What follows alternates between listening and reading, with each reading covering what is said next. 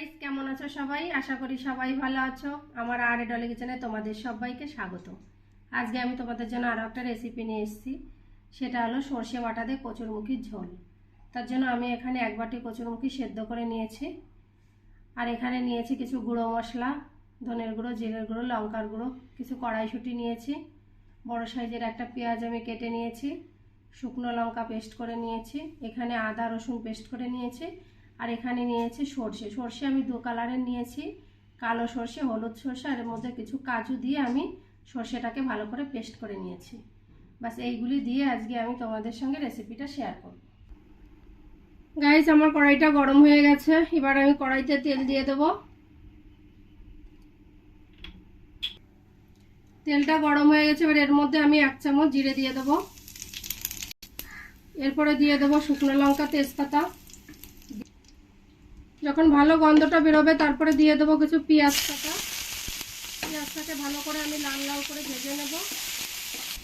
এবার এর মধ্যে দিয়ে দেবো 1 চামচ আদা রসুন পেস্টটা দিয়ে ভালো করে আমি কষিয়ে নেব। যত সময় ভালো গন্ধটা না আসবে তত সময় ধরে আমি ভালো করে কষিয়ে নেব। এবার এর মধ্যে দিয়ে দেবো 1 চামচ শুকনো লঙ্কা পেস্ট, আর দিয়ে দেবো এখানে গুঁড়ো মশলা নিয়েছি, লঙ্কার গুঁড়ো, এগুলো দিয়ে দেবো। দিয়ে ভালো করে আমি একসঙ্গে কষিয়ে নেব। মশলাটা কেমন ভালো করে কষানো হয়ে গেছে। এবার এর মধ্যে দিয়ে দেবো আমি কড়াইশুঁটিগুলো, দিয়ে ভালো করে আমি এই মশলার সঙ্গে একটু কষিয়ে নেব। এবার এর মধ্যে দিয়ে দেবো খুব সামান্য একটু জল দিয়ে ভালো করে আমি মশলার সঙ্গে মিশিয়ে নেব। এবার দিয়ে দেবো এর মধ্যে 1 চামচ লবণ, আর দিয়ে দেবো 1 চামচ হলুদ, দিয়ে ভালো করে আমি একসঙ্গে মিশিয়ে নেব। এবার আমি 2 মিনিটের জন্য ঢাকা দিয়ে রাখবো মিডিয়াম ফ্লেমে। গাইস, 2 মিনিট হয়ে গেছে। দেখো তেলটাও কত সুন্দরভাবে ছেড়ে দিয়েছে, মশলাটাও ভালো করে কষানো হয়ে গেছে। এবার আমি দিয়ে দেবো একটা টমেটো কেটে নিয়েছি, টমেটোটা দিয়ে দেবো। দিয়ে ভালো করে এই মশলার সঙ্গে আমি একটু কষিয়ে নেব। টমেটোটা দিয়ে আমি আবার কিছুক্ষণ ঢেকে দেব। তো গাইস দেখো, আমার কড়াইশুঁটিটাও ভালো করে নরম হয়ে গেছে, মশলাটাও ভালো কষানো হয়ে গেছে। এবার আমি এর মধ্যে এই যে কচুরমুখিগুলো সিদ্ধ করে নিয়েছি, এই কচুরমুখিগুলো দিয়ে ভালো করে আমি একসঙ্গে একটু কষিয়ে নেব। আমার কচুরমুখিটা ভালো করে দেখো কষানো হয়ে গেছে। একটু সময় করে নিয়ে ভালো করে কষিয়ে নিতে হবে। এবার দিয়ে দেবো জলটা দিয়ে ভালো করে আমি কচুরমুখির সঙ্গে মশলার সঙ্গে মিশিয়ে নেব। জল দিয়ে আমি আবার কিছুক্ষণ ঢেকে দেবো মিডিয়াম ফ্লেমে।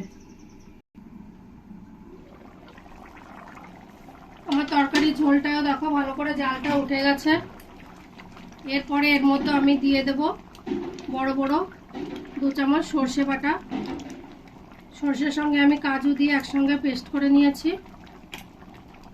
সর্ষেটা দিয়ে ভালো করে আমি মিশিয়ে নেব ঝোলের সঙ্গে।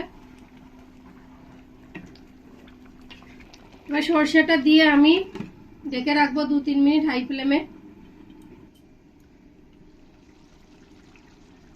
তো দেখো আমার তরকারির ঝোলটা কতটা শুকিয়ে এসছে। আর সর্ষেটা দিয়ে বেশি সময় আমি জাল দেব না। এরপরে দিয়ে দেবো এর মধ্যে একটু হালকা করে গরম মশলার গুঁড়োটা দিয়েও ভালো করে আমি নাড়িয়ে দেবো। সবাই লাস্টে দিয়ে দেবো ধনের পাতাটা দিলে খুবই ভালো লাগে খেতে। তোমরা যখন এরকম তরকারি বাড়িতে বানাবে তখন অবশ্যই এর মধ্যে ধনের পাতাটা দিয়ে দেবে। তরকারিটা আমার পুরো রেডি হয়ে গেছে। এবার আমি বন্ধ করে একটা পাত্রে ঢেলে নেব। তো গাইস, আমার কচুরমুখী দিয়ে সর্ষে বাটা রেসিপিটা তোমাদের কেমন লেগেছে আমাকে কমেন্টে জানাবে। আর তোমাদের যদি রেসিপিটা ভালো লাগে তাহলে আমার চ্যানেলটিকে তোমরা লাইক, শেয়ার, কমেন্ট করবে। আর তোমরা যারা নতুন আছো তারা অবশ্যই সাবস্ক্রাইব করবে। ভালো থাকবে, সুস্থ থাকবে।